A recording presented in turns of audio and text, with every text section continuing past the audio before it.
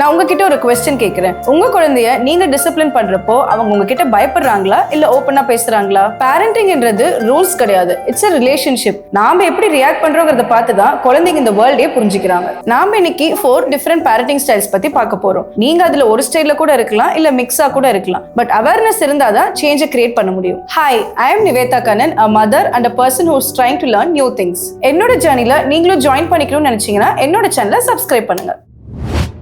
First, authoritarian parenting. இது நம்ம traditional house ஹோல்ட்ஸ்ல ரொம்பவே காமன். ஃபார் எக்ஸாம்பிள், நான் தான் சொல்லிட்டல அதை செய் அப்படின்னு சொல்றது, இல்ல கொஸ்டினே திருப்பி கேட்க கூடாதுன்னு சொல்றது, எல்டர்ஸ் பேசுறப்ப குறுக்க பேசாம குவைட்டா இருக்கணும்னு சொல்றது, இதெல்லாம் தான் அத்தாரிட்டேரியன் பேரண்டிங்கான எக்ஸாம்பிள். இதுல ஸ்ட்ரிக்ட் ரூல்ஸ் தான் இருக்கும், டிஸ்கஷன் கம்ப்ளீட்டாவே இருக்காது. இந்த ஸ்டைல்ல ஒபீடியன்ஸ் தான் ரொம்ப முக்கியம் அண்ட் அண்டர்ஸ்டாண்டிங் செகண்டரியா தான் பாக்குறோம். கிட்ஸ் ரொம்ப டிசிப்ளின்டா இருக்கலாம், மார்க்ஸ் நல்லா ஸ்கோர் பண்ணலாம், ஆனா இன்சைட்ல பயம் இருந்துகிட்டே தான் இருக்கும். அவங்களோட ஃபீலிங்ஸை ஷேர் பண்ண கம்ஃபர்டபுளாவே ஃபீல் பண்ண மாட்டாங்க. ஷார்ட் டேர்ம்ல கண்ட்ரோல் இருக்கலாம், ஆனா லாங் டேர்ம்ல ரொம்ப எமோஷனல் டிஸ்டன்ஸ் தான் கிரியேட் ஆகும்.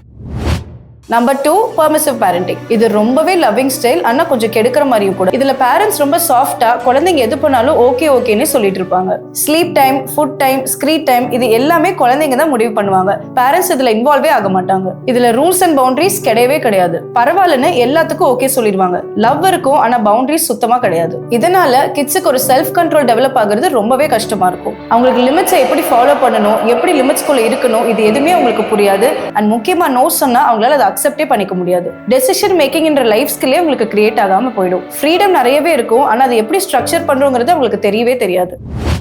Number 3, uninvolved or neglectful parenting. இது ரொம்பவே சென்சிட்டிவான டாபிக் தான். பேசிக் நீட்ஸ் எல்லாமே மீட் பண்ணிடலாம். ஃபுட், க்ளோத், ஸ்கூல், இது எல்லாமே நடக்கும். இதுல எமோஷனல் கைடன்ஸ் இல்ல, கனெக்ஷன் இல்ல, கான்வர்சேஷனும் இல்ல. ஒரு குழந்தைக்கு ஐ மேட்டர் அப்படிங்கிற ஃபீலிங் கிடைக்கிறது ரொம்பவே முக்கியம். இந்த ஃபீலிங் குழந்தைங்களுக்கு இல்லைன்னா ரொம்ப இன்செக்யூர்டா ஃபீல் பண்ணுவாங்க. இந்த ஸ்டைல க்ரோ ஆகிற குழந்தைங்களுக்கு எமோஷனல் ஸ்ட்ரகிள்ஸ் நிறையவே ஃபேஸ் பண்ணுவாங்க. ரொம்ப அட்டென்ஷன் சீக்கிங்கா இருப்பாங்க, இல்ல பிஹேவியரல் இஷ்யூஸ் கூட பார்க்க முடியும். ஒரு கனெக்ஷன் இல்லாம க்ரோத் ஸ்டேபிளா இருக்கிறது ரொம்பவே கஷ்டம்.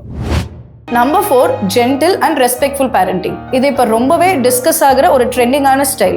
ஜென்டில்னா வீக்னு அர்த்தம் இல்ல, with high empathy and clear பவுண்டரிஸோட ஃபாலோ பண்றது தான் ஜென்டில் பேரண்டிங். ஒரு சைல்டு அழுதுட்டு இருந்தாங்கன்னா ஸ்டாப் கிரைங்னு உடனே ஷட் டவுன் பண்ண மாட்டோம். Instead, I know you're upset but this is not ஓகேன்னு அதுக்கு சொல்யூஷன் தான் கொடுப்போம். எமோஷனலை வேலிடேட் பண்ணி பிஹேவியரை தான் கரெக்ட் பண்ணுவோம். பிகாஸ் எல்லா எமோஷன்ஸுமே வேலிடான எமோஷன்ஸ் தான், ஆனா ஒவ்வொரு எமோஷனுக்கும் நம்ம காமிக்கிற பிஹேவியர் தான் மேட்டர்ஸ். பனிஷ்மெண்ட்டே இல்லாம அவங்களை கான்சிக்வன்சஸை ஃபேஸ் பண்ண விடுவோம். அண்ட் லிமிட்ஸ் ரொம்பவே கிளியரா இருக்கும். கனெக்ஷன் தான் ஃபர்ஸ்ட் நடக்கும், அதுக்கப்புறம் தான் கரெக்ஷன் நடக்கும். இந்த மாதிரி பேரண்டிங்ல க்ரோ ஆகிற கிட்ஸுக்கு எமோஷனல் ரெகுலேஷன் ரொம்பவே ஹையா இருக்கும். எம்பத்தி டெவலப் பண்ணுவாங்க.